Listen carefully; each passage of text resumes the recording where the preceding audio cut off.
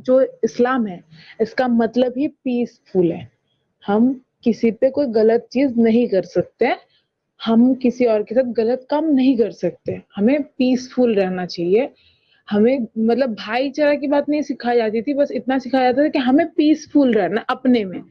और दूसरी चीज ये सिखाया जाता था कि जो मतलब बाकी जो है हमारे यहाँ पे ना, मतलब हम जहाँ पे रहते हैं वहां पे क्रिश्चियन नहीं थे, एक भी नहीं था, एक भी घर यहाँ पे क्रिश्चियन नहीं था, हिंदू और मुस्लिम था। तो या मुझे सिखाया जाता था, मतलब मेरे घर पे, कि जो हिंदू होते हैं वो लोग शिर्क करते हैं और हम्म। ये सबसे बड़ी गुनाह है। तो वो लोग काफिर है, तुम अगर उनसे दोस्ती रखोगे तो तुम भी जहन्नम में जाओगे, तो तुम्हें हम्म। नहीं रखना, उन लोगों से बात मत करो। तो हम बहुत ज्यादा बात नहीं करते थे उन लोगों से। लेकिन स्कूल में अब पढ़ते थे, ठीक है, तो स्कूल में पढ़ते थे तो वहां पे तो सब जाते, तो हमारे स्कूल में ना हमें वही भाईचारा वाली बात सिखाई जाती थी, सेकुलरिज्म, वही। तो वहां पे ना थोड़ा बहुत हेल्प के लिए वहां पे बात कर लेते थे, लेकिन घर पे अगर किसी को पता चले कि हाँ बात कर लिए, तो घर पे थोड़ा बहुत झगड़ा हो जाता था। जैसे और एक चीज है कि बुरखे के लिए मैंने बहुत बार मार भी खाई है, हम्म। कि मैं कभी नहीं पहनी तो बहुत बार मार भी खाई है। हमें ना बचपन से आपको जब पसंद तक नहीं था हमारा क्या एज, बुर्का? हाँ मैं पहनती थी। मतलब आपको पसंद नहीं था क्या? मार क्यों खाया नहीं नहीं पहनने पसंद था, पे? वो जबरदस्ती वाला पहनना पड़ता था। अच्छा, अरे लेकिन आप तो क्वीन है आप। और वो क्या क्या कहते हैं उसको?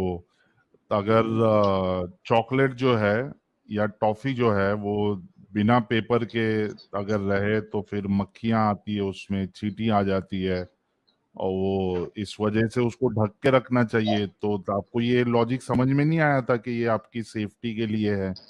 आपको पसंद क्यों नहीं हाँ था बुर्का? हाँ सर, वो भी मैं बताऊंगी आगे जाके। तो हम्म। हमारे घर पे जो ये सब चीजें सिखाई जाती थी ना तो हमें साथ साथ ये भी बताया जाता था कि तुम्हें रहना कैसे है। आप जो बोल रहे हो ना कि ये चीज तुम्हें नहीं समझ आई, तो हमें ये सिखाया गया था कि हाँ तुम्हें ये सब करना है। लेकिन मुझे यार घुटन सा होता था, मुझे कॉन्फिडेंट नहीं मिलता था, तो मुझे नहीं पसंद था। तो इसलिए मैंने बहुत बार मार भी खाई है। और जब हम्म। यही क्वेश्चन मैंने किसी को किया था कि एक चीज और एक मतलब इंसान में क्या कोई फर्क नहीं है, जब मुझे चॉकलेट नहीं, मुझे लीची का एग्जाम्पल देके समझाया गया था ये, कि अगर लीची जो पीला कर दो तो वो गंदे हो जाते, सड़ जाते बहुत जल्दी, वैसे लड़कियों को अगर खुले में रखो, मतलब नंगापना बोला जाता है डायरेक्टली, नंगापना हम्म। करो तो फिर सड़ जाओगे बहुत जल्दी, और जहन्नम में जाओगे तो अलग बात है, लेकिन इस दुनिया में भी सड़ जाओगे। तो मैंने कहा वो एक चीज है और मैं एक इंसान हूँ, उसके अंदर दिल नहीं है, उसके अंदर जान नहीं है। मेरे अंदर दिल भी है, मेरे अंदर जान भी है, और मेरे अंदर मर्जी नाम की भी कोई चीज है। अगर मुझे नहीं पसंद तो मैं नहीं पहनूंगी। यही बात रखने के लिए मैं 2-3 दफा मार भी खा चुकी हूँ कि नहीं हम्म। बोलना चाहिए बोल के। ओके। हाँ सर। ठीक है, फिर क्या हुआ? हाँ तो मैं पहले से बताऊं कि स्टार्टिंग से मेरे साथ हाँ क्या हाँ। क्या हुआ। हाँ हाँ, स्टार्टिंग से बताइए बताइए हाँ, बताइए। तो हमारे यहाँ ना लड़कियों के 10 साल और लड़कों का 12 साल, ठीक है। ये जो हम्म। एज होते हैं इसके बीच तुम कुछ भी कर सकते हो, कुछ भी पहन सकते हो, तुम्हें कोई उससे प्रॉब्लम नहीं है। यहाँ पे मेरी जब एज 10 हो गई, मतलब मैं तब क्लास 6 या 5th में पढ़ती थी शायद, तो मुझे बहुत अच्छे से याद है कि तब से ही मतलब बचपन से ही मेरी शादी फिक्स थी, ठीक है, मेरे कजन के साथ। मतलब मेरा हम्म। फूफू का बेटे के साथ और एक खाला के बेटे के साथ, दोनों बोलते थे कि मैं अपने बेटे से शादी करवाऊंगा, वो बोलते थे अपने बेटे से करवाऊंगा। तो अब मम्मी खाला के बेटे को सपोर्ट करती थी, और मेरे जो पापा थे वो फूफू के बेटे को सपोर्ट करते थे, क्योंकि वो हम्म। खुद की बहन थी उनकी। तो वहां पे जाके तब यार बचपन में था, तो मुझे लगा बड़े होंगे तो पता नहीं क्या होगा, तब देखा जाएगा, तो उतना तब नहीं पता था। बाद में जाके ये चीज ना मुझे बहुत सफर करनी पड़ी, वो मैं बताती हूँ आगे। तो 10 साल तक मेरा लाइफ एकदम नॉर्मल चला, जैसे नॉर्मल हम्म। सब की होती है वैसे ही। लेकिन मैं घर पे देखती थी, कोई भी काम होता है, कोई भी चीज होती है घर पे, अगर कोई डिसीजन लेना होता है ना, तो मेरी पापा की भी 2 शादी है, वो मेरी मम्मी की कुछ फिजिकल प्रॉब्लम की वजह से हुई है। तो मतलब पापा की जो दूसरी वाइफ है, मैं उनको छोटी मम्मी बोलती हूँ। तो छोटी मम्मी को ना अपनी बात नहीं रखने दिया जाता था कि तुम डिसीजन नहीं ले सकती हो, जो भी डिसीजन लेंगे घर के मर्द लेंगे, मतलब मेरे पापा लेंगे, ठीक है। तो ये पहले से फिक्स था। तो जी इसमें मुझे थोड़ा बहुत लगता था यार ऐसा नहीं करना चाहिए, लड़का लड़की तो बराबर है, हमें तो स्कूल में यही सिखाया जाता है, यार यहाँ पे क्यों नहीं। तो मैं क्वेश्चन तब नहीं उठा पाती थी, उतना हक नहीं था हमें कि क्वेश्चन उठाओ, तुम दिन के ऊपर क्वेश्चन उठा रहे गुस्तखी कर दोगे, ऐसी वाली बात थी, तो हम नहीं उठाते थे। तो इसके बाद जब थोड़ी सी बड़ी हुई तो पापा ने जबरदस्ती बोले कि नहीं अभी तुम्हें हिजाब पहनना पड़ेगा, बुर्का पहनना पड़ेगा, बाहर जाओ तो। और बाहर मतलब हमें सिर्फ स्कूल और ट्यूशन के लिए भेजा जाता था, ठीक है। तो हम मतलब बुर्का पहनने लगे, हिजाब पहनने लगे। स्कूल में हमारा बुर्का अलाउ नहीं था क्योंकि वहां पे ड्रेस कोड होता है, तो उस ड्रेस कोड के हिसाब से तुम हिजाब पहन सकते हो लेकिन बुर्का नहीं पहन सकते, क्योंकि हिजाब पहनने के लिए मना नहीं कर सकते क्योंकि बिलीफ सिस्टम के ऊपर है। तो हिजाब पहन के रखते थे, जैसे कि ड्रेस पहन लिया, उसके ऊपर सर ढकने के लिए कोई और एक्स्ट्रा दुपट्टा ले लिए, ऐसा होता था, ठीक है। लेकिन लड़कों के लिए ऐसी कोई चीज नहीं थी। लड़कों के लिए जो भी चीज है सिर्फ ऐसे सुन्नत है, तुम करो तो अच्छा, नहीं करो तो कोई बात नहीं। लड़कियों के लिए हर एक चीज फर्ज है, क्योंकि हमें बचपन से बताया गया है जो भी जहन्नम मतलब जहन्नम में जाएगी जितनी भी, वो ज्यादा से ज्यादा लड़की होगी, क्योंकि सबसे ज्यादा गुनाह लड़की करती है, सबसे ज्यादा जिना लड़की करती है, ये बताया गया है। तो हमें संभाल के रहना चाहिए क्योंकि हमें जहन्नम में नहीं जाना है। तो मैं बचपन से ऐसे मुस्लिम फ्रेंड थी, नॉन मुस्लिम फ्रेंड को मैं नहीं रखती थी क्योंकि वो शिर्क करते, गंदे होते, काफिर होते, तो हमें नहीं रखने दिया जाता था। तो इसके बाद जब थोड़ी थोड़ी करके बड़ी हुई तो 11 साल के बाद मैं बुर्का हिजाब जो भी था मतलब जबरदस्ती था तो पहनने लगी। तो तब शादी वादी की बात बहुत ज्यादा बढ़ गई क्योंकि मेरा एज 20 बोल रही हूँ 12 हो गया, ठीक है। अब शादी करना ही होगा तो 12 हो गया, मेंस्ट्रुएशन भी आ गया, अब शादी करना होगा, बस खत्म बात, घर पे बात होगी, सब कुछ एकदम फिक्स्ड। अब 12 किसकी साल शादी में ही? होगी। हाँ 12 साल में, तब मैं क्लास 8 में वाह। पढ़ती थी, मुझे बहुत अच्छे से याद है। तो हम्म क्या हुआ कि तब मेरी शादी फिक्स्ड हुई और बोला कि मतलब करना ही है। और जब हम क्लास 8 में पढ़ते थे ना तभी स्कूल में एनजीओ के बारे में पता चला। एक कोई हम्म एनजीओ था, जो मैं नाम नहीं ले सकती, लेकिन वो एनजीओ था जब मेरे स्कूल में गया और वहां पे जाके बताया कि ये जो होता है बैड टच गुड टच होता है, पॉक्सो आइन वगैरह होता है और ये सब कुछ होता है। मुझे मतलब डिटेल्स में बताया गया कि लड़की की एज ये होनी चाहिए, लड़के की एज होनी चाहिए, रीजन सब कुछ वगैरह वगैरह बताया गया। और मुझे हम्म साथ साथ ये भी पता चला कि आप अगर जल्दी शादी करवाने के लिए कोई फोर्स करे तो आप खुद कंप्लेन कर सकते हो पुलिस स्टेशन में जाके, या फिर किसी और से भी करवा सकते हो और हम्म तुम्हारे घर वालों को लॉकअप में भेजा जाएगा। ये मुझे पता चला और हमें हर किसी को, जो हमारे यहाँ का पुलिस ऑफिसर थे मतलब थाने के जो इंचार्ज थे, उनका नंबर दिया गया और कुछ ऐसे इंपॉर्टेंट नंबर थे वो दिया गया कि अगर ऐसा हम्म होता है तुम्हारे साथ तुम कॉल कर लो, एक बस कॉल करके बता दो कि कहाँ पे हो, क्या नाम है तुम्हारा, इतना बता दो और ये प्रॉब्लम हो रही है। और खुद नहीं कर पाओ तो किसी और से बता दो, कोई प्रॉब्लम नहीं। तो मैंने घर हम्म पे आके जब सुना ना कि हाँ चलो ये तो बात हद से बढ़ रही है, तो मैंने घर पे ना आके, क्योंकि हमें तो सिखाया था कि डरो, है ना, अल्लाह से डरो, बचपन से तो यही हम्म सिखाया जाता है। तो मैंने ना डराया, मैंने कहा अगर तुम लोग ये करोगे तो मैं पुलिस को जाके बता दूंगी, तुम लोगों को सब पुलिस पकड़ के लेके जाएंगे, अब तुम बताओ अच्छा। तुम्हें क्या करना। हाँ तो मैंने डरा दिया। तो पापा ने बोले कि चलो ठीक है आप 5-6 साल वेट कर लेंगे, क्योंकि बात आ गई कॉन्स्टिट्यूशन की, पुलिस की, तो पुलिस तो मतलब पकड़ के लेके गई तो छोड़ेगी की बात तो है नहीं। हम्म अब और खुद की बदनामी हो गया अलग से। तो वो हो गई, मतलब शादी की बात हो गई चुप, लेकिन फिक्स था कि किससे करना है, ठीक है। तो मैं उसी टाइम मतलब कुछ महीने बाद छुट्टी था स्कूल का, मैं गई फूफू के घर। वहां पे हम्म जाके मेरे साथ सबसे घटिया चीज हुई, वो था जिसके साथ मेरी शादी फिक्स था, वो मेरे से 1 साल छोटा था, लेकिन मेरे से शादी फिक्स थी। तुम्हारे क्या से हुआ छोटा कि था वो? हाँ मेरे से 1 साल छोटा था। अच्छा, मतलब वो 11, आप अगर 12-13 साल की थी तो वो ग्यारह हाँ बारह साल वो का था। 11-12, हाँ उतना ही था। तो क्या हम्म हुआ कि उसने ना मुझे मुझे मॉलेस्ट करने की कोशिश की पहली बार। हम्म तो पहले मैं बहुत डर गई कि मैं कैसे बताऊंगी घर वालों को। अगर बता दिया और उनको अगर पता चल गया कि मैंने मतलब उस टाइम पे बुर्का नहीं पहनी थी, मैंने सिर्फ दुपट्टे ले रखे थे, अच्छे से सर कवर नहीं कर रखी थी, उनको पता चल गया तो ऊपर से मारेंगे अलग और मुझे ही गाली देंगे कि तूने ऐसा कैसे लिया, ऐसा हुआ, अगर तूने पहन के रखता तो कुछ नहीं होता है ना। लड़कियों की तो यही प्रॉब्लम होती है। तो मैंने वो नहीं बता पाई। फिर मैं वहां पे 1 हफ्ते रही, फिर मैं घर आ गई। उसके बाद ना मेरे ये दिल में था कि यार मैं किसको बताऊं, क्या करूं, मुझे कुछ नहीं समझ आ रहा था। तो मैं ना पढ़ाई में पहले से बहुत ज्यादा अच्छी थी। मेरे घर पे उतना अलाउ नहीं था कि तुम बहुत अच्छे से पढ़ो और हम तुम्हें सपोर्ट करेंगे, ऐसा नहीं था। मैं हर साल फर्स्ट आती थी। तो मेरे स्कूल के टीचर मुझे बहुत हेल्प करते थे पढ़ाई में। जैसे कि बुक्स मेरे घर से बहुत ज्यादा नहीं खरीद के दिया जाता था, जितना जरूरत होती थी कि हाँ क्लास में यही बुक्स टेक्स्ट बुक लगेंगे, वो स्कूल से दिया जाता था। और एक्स्ट्रा बुक मुझे खरीद के नहीं देते थे। जितना भी होता था, मुझे स्कूल जो टीचर थे वो मुझे बहुत ज्यादा प्यार करते थे, खुद की बेटी जैसे कि उनका भी एक बेटी थी, वही बोल के। तो मुझे बुक्स वगैरह जो भी जरूरत की चीज है ना वो खरीद के लेके देते थे, ठीक है। तो मुझे वहां से हेल्प मिल जाती थी। तो मैं ना हर साल टॉप करती थी। मुझे एक ही चीज चाहिए था कि मेरे पापा को लड़की नहीं पसंद, मेरे घर पे किसी को नहीं पसंद, क्योंकि लड़की होगी तो बदनामी होगी, लड़का होगा तो नस्ल को आगे लेके जाएगा और पापा को बुढ़ापे में देखेंगे। ये चीज उनके दिमाग में है। तो उस टाइम पे मुझे बहुत बुरा लगता था यार, मेरे पापा बस एक बार मुझे प्राउड से बोल दे कि ये मेरी बेटी है, ठीक है। तो मुझे ये हर साल में चाहती थी कि मैं टॉप करूं और ज्यादा अच्छे से मार्क्स लाऊं, शायद बोल दे प्राउड से ही कि ये मेरी बेटी है बोल के। और उस टाइम पे ना और एक चीज बता दूं, मैं ना राइटिंग करती थी, मतलब मैं पोएम लिखती थी, ठीक है। तो मुझे शौक था, मुझे अच्छा लगता था। ये तो मतलब खुद के ऊपर होता है ना, तुम्हारे अंदर टैलेंट है तो तुम लिख रहे हो। तो मेरे साथ भी वही था। मैंने स्कूल में प्रेजेंट किया बहुत जगह, तो मुझे अच्छे रिस्पॉन्स मिलने लगे, ठीक है। बाद में जाके मुझे और ज्यादा अच्छे रिस्पॉन्स मिलने लगे।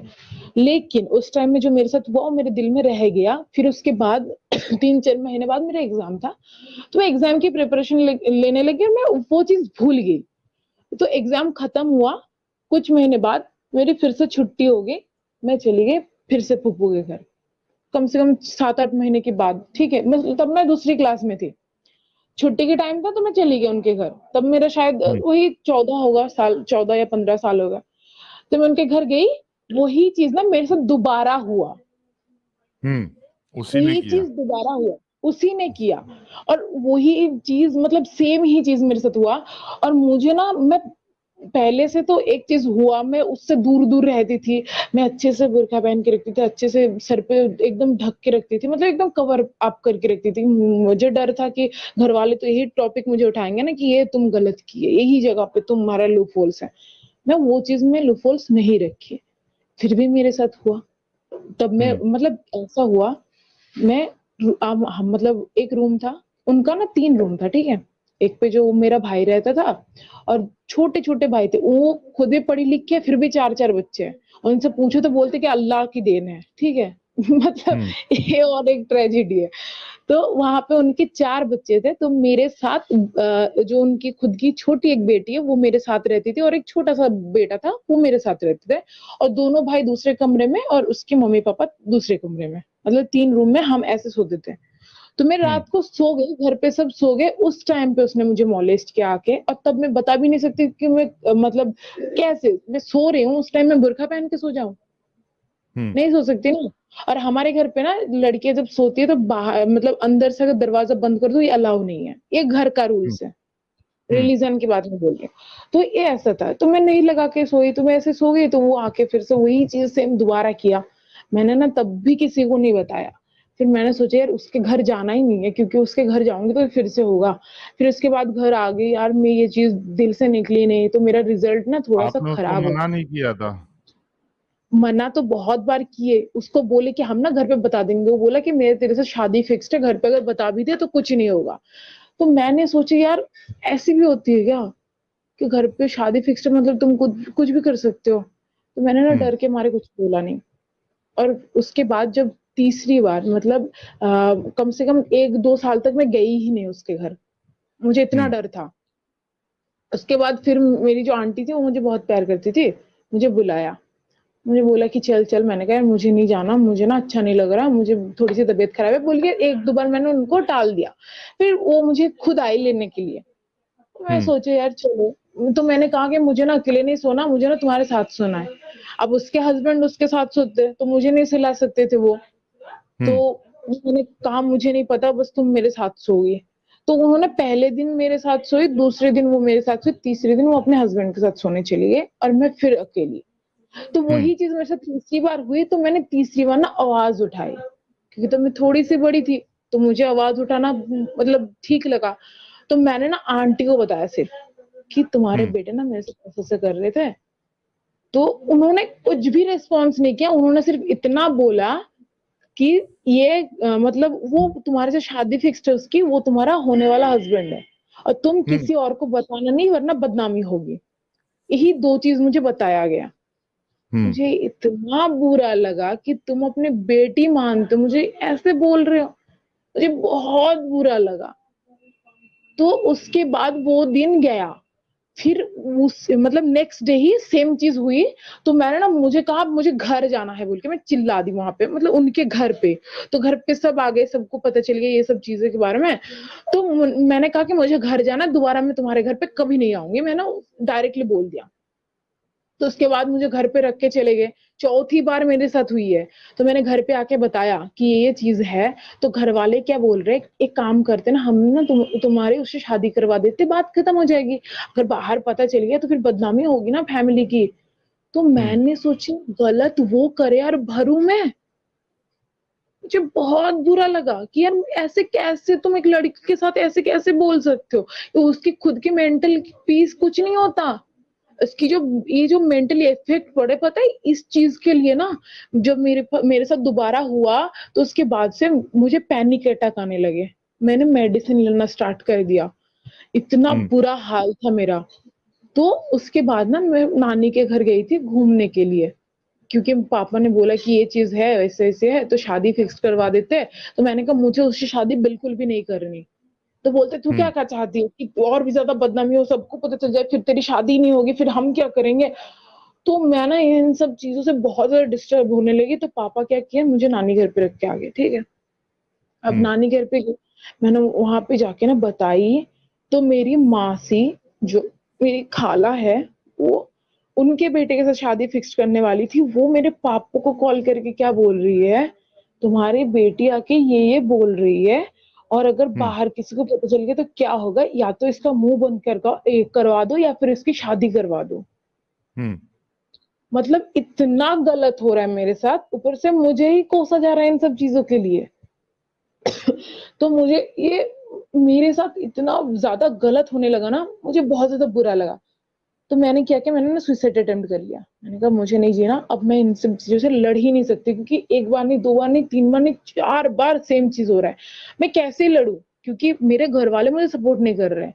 बाहर में हम्म। जिसको बता रही हूँ वो लोग मुझे सपोर्ट नहीं कर रहे, मैं किसको बताऊं। अगर घर से बाहर किसी को बता दिया, घर वाले मुझे या तो पकड़ के मारेंगे, फिर जबरदस्ती शादी करवा देंगे। तो मैंने ना सुसाइड अटेम्प्ट कर लिया।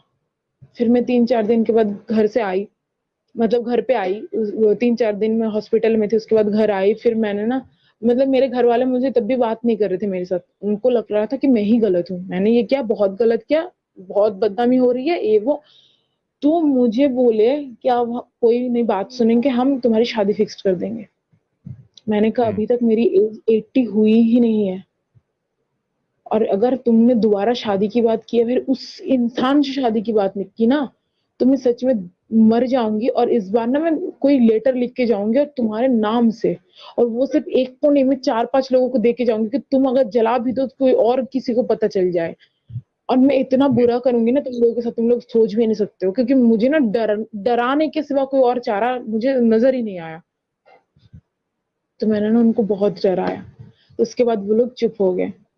तो उसके बाद क्या हुआ, ये चीज मेरे दिमाग से आज तक नहीं निकली है कि यार मेरे साथ इतना गलत हुआ। जब मैं आवाज नहीं उठाई तब चुप हो गई, तब किसी ने कुछ नहीं बोला। जब मैं आवाज उठाई तब मेरे खिलाफ बोलने लगे मेरे ही घर वाले। ये हो गई। फिर उसके बाद ना, मतलब पढ़ाई वढ़ाई की, मेरा रिजल्ट बहुत खराब हुआ था। उस टाइम पे मैं इतनी ज्यादा प्रेशराइज्ड हो गई थी ना, ये सारी चीजों से इतनी ज्यादा डिस्टर्ब हो गई थी कि मेरा रिजल्ट बहुत खराब हो गया। क्लास 11th में भी मेरा रिजल्ट खराब हो गया। तो मेरा क्लास 12 में ऐसा फोकस था कि अब मुझे थोड़ी सी अच्छी पढ़ाई करनी है, मुझे थोड़ा सा अच्छा रिजल्ट तो करना ही है, क्योंकि अगर मुझे अच्छे कॉलेज में जाना है तो फिर मुझे पढ़ाई करनी होगी। तो मैंने पढ़ाई वढ़ाई की, फिर उसके बाद ना जनरल जैसे कॉलेज होता है उसमें एडमिशन दिलाया गया कि मुझे शादी करवाने बोल के, क्योंकि शादी करवाना है तो लड़की थोड़ी पढ़ी लिखी होती है तो मतलब जल्दी शादी होता है, और दूसरी चीज अच्छे लड़के मिल जाते हैं, ठीक है। तो शादी के बाद दोबारा होने लगी, 18 साल हो गई अब मेरी। अब मैं कंप्लेन करूं तो कैसे करूं, क्योंकि हमें नहीं पता था कि तब उस टाइम पे नहीं पता था कि कंप्लेन करो तो तुम मर्जी के खिलाफ शादी कर रहे बोल के तुम कंप्लेन कर सकते हो। तो 18 साल हो गई है, अब शादी की बात फिर से हो रही है, मैं कॉलेज में हूँ। तो उस टाइम पे क्या हुआ कि मेरे ना, मैं राइटिंग करती थी उसमें ना मुझे थोड़ा सा अच्छा रिस्पॉन्स मिला, मतलब थोड़ा नहीं बहुत अच्छा रिस्पॉन्स मिला। मैं जब कॉलेज में प्रेजेंट की अपने राइटिंग को कोई कंपटीशन था, मुझे फर्स्ट प्राइज मिला। तो मैं बहुत खुश हुई कि आज घर वाले को बता ही देंगे फाइनली कि मैं राइटिंग करती हूँ। मैं इतना खुश थी, मैं बता नहीं सकती थी। घर वाले को आके मैंने सबसे पहले पापा को बताया, क्योंकि मेरी मम्मी तो थी नहीं, छोटी मम्मी उतना नहीं समझती ना मुझको। तो मैंने पापा को जाके सबसे ज्यादा खुश होकर मैंने बताया, पापा मुझे फर्स्ट प्राइज मिला है और मैं राइटिंग करती हूँ, आपको पता है। पापा ने क्या जवाब दिया पता है? आप क्या सोच रहे हो कि पापा ने बहुत ज्यादा अप्रिशिएट किया होगा? पापा ने मुझे बोला, अगर तुम राइटिंग करोगी ना तो तुम मतलब नास्तिक बन जाओगी। और मैं पर्टिकुलर एक राइटर थी जो मुझे बहुत पर्सनली पसंद थी, वो था तस्लीमा नरसिन, क्योंकि वो रिलीजन से बेस से निकल के आई थी, तो मुझे वो पसंद थी तस्लीमा नसरीन। घर पे मुझे वही चीज दोबारा बोला गया कि तस्लीमा नसरीन बन जाओगी, तुम नास्तिक बन जाओगी, धर्म से दूर चली जाओगी, तुम ये नहीं कर सकती हो। तो मेरी जितनी भी डायरी थी राइटिंग की वो सब जला दिया, सब जितने भी थे। यार मेरी टैलेंट है, मुझे इस चीज में आगे जाना था बोल के मैंने आर्ट्स पढ़ाई की है, क्योंकि मुझे ऑनर्स करना था इस लिटरेचर के ऊपर, ताकि मैं और ज्यादा आगे बढ़ पाऊं। जब मेरे सपने मेरे सामने जल रहे थे ना साहिल सर, आपको बता नहीं सकती मैं कितना रोई और कितने दिन तक रोई हूँ। इतना ज्यादा रोना आ रहा था, इतना ज्यादा मुझे खराब लगा कि यार खुद का सपना मैं जलते हुए देख रही हूँ। उतना बुरा तो मुझे किसी और चीज में नहीं लगा था। तो उस टाइम पे मैं बहुत ज्यादा टूट गई कि यार ऐसे कैसे कर सकते तुम लोग, फैमिली हो मेरे, तुम अप्रिशिएट नहीं कर सकते हो ठीक है, लेकिन इतना गलत तो नहीं कर सकते ना तुम लोग मेरे साथ। तो मैंने उनको बोला कि मैं शादी कर लूंगी एक ही शर्त पे, अगर मुझे पढ़ाई कंप्लीट करने दो तो, क्योंकि मुझे ना मतलब क्या बोलते हैं नर्सिंग करना था, ठीक है। तो घर वाले ने बोला कि ठीक है कर लो, लेकिन बस 1 साल के लिए। मैंने कहा 1 साल क्यों बोल रहे हो, 3 साल के लिए करने तो दो।